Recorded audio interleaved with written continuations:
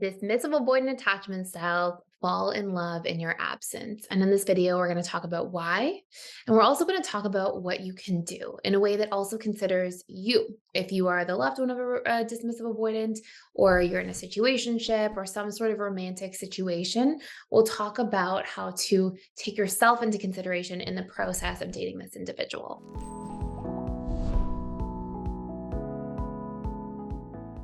So, first and foremost, one thing I talk about all the time on this channel that we have to just recognize is that dismissive avoidants are always operating in this state of feelings minus fears.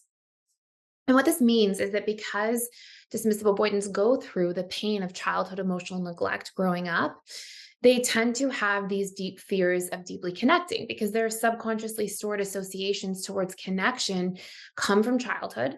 And they have this idea that, well, when I was a child and I felt vulnerable and I needed things, especially emotionally, because a lot of the time this childhood emotional neglect kind of flies under the radar. Like dismissive avoidants may have a lot of stability in their home, food on the table, structure, but there can just be this total absence of emotional nurturing, of communicating about emotions, feeling safe to express their emotions. So as children, this aspect of themselves gets very rejected. Like essentially they feel like, okay, this part of me is wrong and bad and defective. And when I do have feelings, I get shamed. Maybe I get told I'm being a crybaby or stop crying. Children should be seen and not heard. Like, there can be all sorts of messaging that's there. Or maybe a parent just constantly acts really frustrated when a dismissive avoidant expresses their emotions or doesn't hold space for it. And so as a result, DAs get this conditioned pattern of learning like, okay, this part of myself is not acceptable. So I have to stuff it down and repress it. But when it comes to romantic relationships, there's different pillars of what it means to connect. We've got an intellectual pillar. We have a physical pillar, like physical affection, physical space. We have a sexual pillar, and we have an emotional pillar. And, you can think of this pillar of relationships for a DA as being something that feels really unsafe. And in fact, you'll often see that dismissive avoidants tend to do well in like friendship relationships because they can really just stay connected, thriving in the intellectual or mental pillar. And, they can sort of control the physical space pillar as much as they want and feel like it's socially acceptable to do so. And then the other two pillars, they don't really have to deal with in a friendship type relationship. And so DAs generally feel really safe and do quite well in friendship relationships. But when we've got the romantic components where we have to really address, especially the emotional pillar, this can be something that the dismissive avoidant really doesn't feel comfortable with. So they're operating in their feelings minus fears. The more connection and the more attachment is there, the more of a deep bond is built, the more fears are going to come up because the subconscious mind is an association making machine. So it literally is designed to associate one thing with another. So if very close, intimate relationships, in terms of like the emotional connection, the vulnerability, if their last experience or their first major programmed experience was with their caregivers, because you're very vulnerable to your caregivers, they take care of you. If your stored associations about that are, okay, well, the emotional thing it didn't go well for me then the subconscious mind reprojects that out and essentially assumes that the outcome will be the same, even though your conscious mind or the conscious mind of a person may be able to clearly decipher that, hey, this person that I'm dating is not like my caregivers from childhood. Even if the conscious mind knows better, the subconscious doesn't. And it's really important to pay attention to the fact that our subconscious mind is making roughly 95 to 97% of our decisions in terms of our thoughts, our emotions, our behaviors, our actions. So we have to recognize that this is what's driving this. Now, as a result of this feeling minus fear cycle, the more close the connection becomes, the more the fears start catching up to the feelings and the more they start becoming magnified, causing the DA to sometimes it can almost hit a neutral point, right? Where the feelings are strong, but the fears are also really strong. And it can feel like the DA is kind of pulled in two different directions and self-sabotages the relationship. But when there is distance and when there is space, the fears drop off, right? They feel like, okay, they're not being magnified. So the DA tends to get really into their feelings. Now, there's more to it than this. There's a couple other points in here. The next reason that this really happens and plays a role is also dismissive avoidants learn to deal with their childhood and adapt to it by becoming hyper independent. So they learn that, okay, if I don't need anything emotionally from anybody else, then at least I feel relief. It feels worse to long for something and constantly feel like it's not there than it does to deny that I need it. And when I deny that I even need it, I feel better.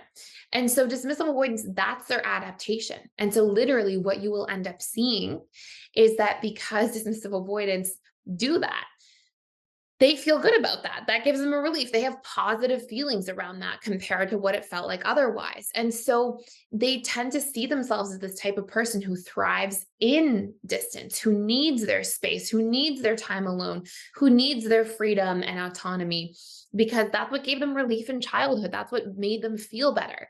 And so when somebody sees that in a dismissive avoidant and can respect it, it doesn't mean that you don't ask for your needs. It doesn't mean you don't make compromises. And we'll talk about that stuff in a second.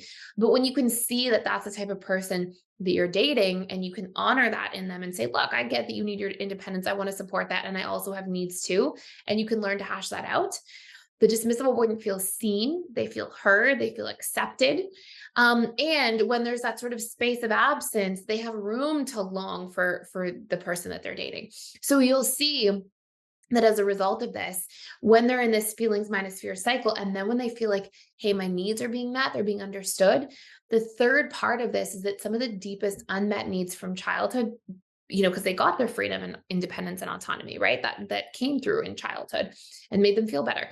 The things they didn't get met were to be empathized with, were to be seen, to be understood, to be acknowledged.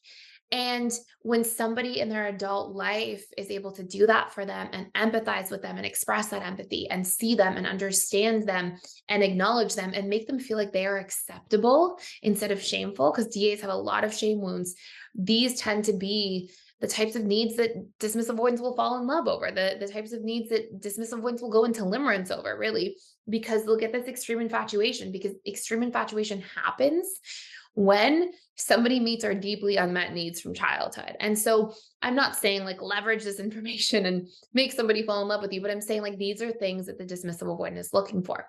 Now, if you're the loved one of a DA, you have to make room for yourself too. These relationships will never work out if you just people please, do all these things over here that the DA is looking for or needs at the expense of yourself, because you'll just get resentful, become critical. The frustration and resentment there will just come out in different ways that will really taint the relationship anyways.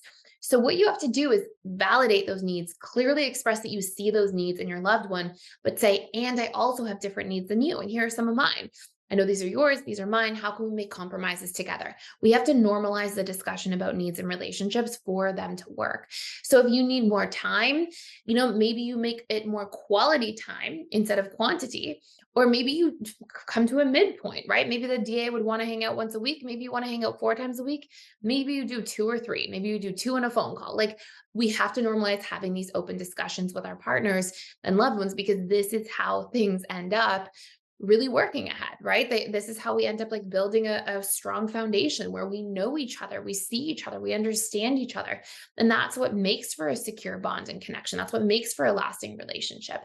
So the more that you are able to do this and normalize the conversation, it will actually allow your DA loved one to feel heard and seen and understood, but it will also allow you to conscientiously make space for your own needs and your own boundaries to be expressed too. And these are massive steps towards becoming securely attached with a partner overall. So I hope this makes sense. If you want to do a deeper dive into a relationship with a dismissive avoidant and understanding them or repairing this as a dismissive avoidant yourself, I have a course you can check out for free down below called the Dismissive Avoidant in the 6 Stages of Dating, or 6 Stages of Love.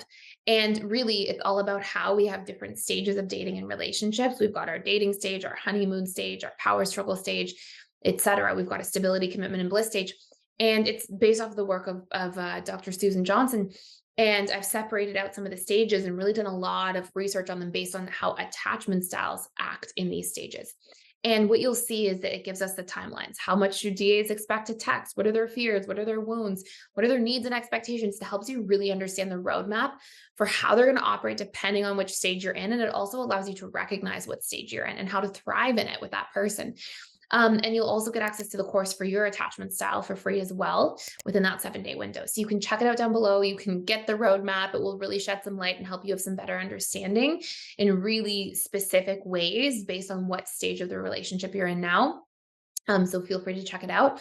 And also let me know about your experiences with love and dismissive avoidance. I would love to hear if you are a dismissive avoidant, what's your experience with falling in love with in somebody's absence? If you're the loved one of a DA, what do you find happens when there's a little bit of distance and space? And if you want to check out tomorrow's video, please like, share, and subscribe down below so you don't miss it. And that's it for today. Thank you so much for watching.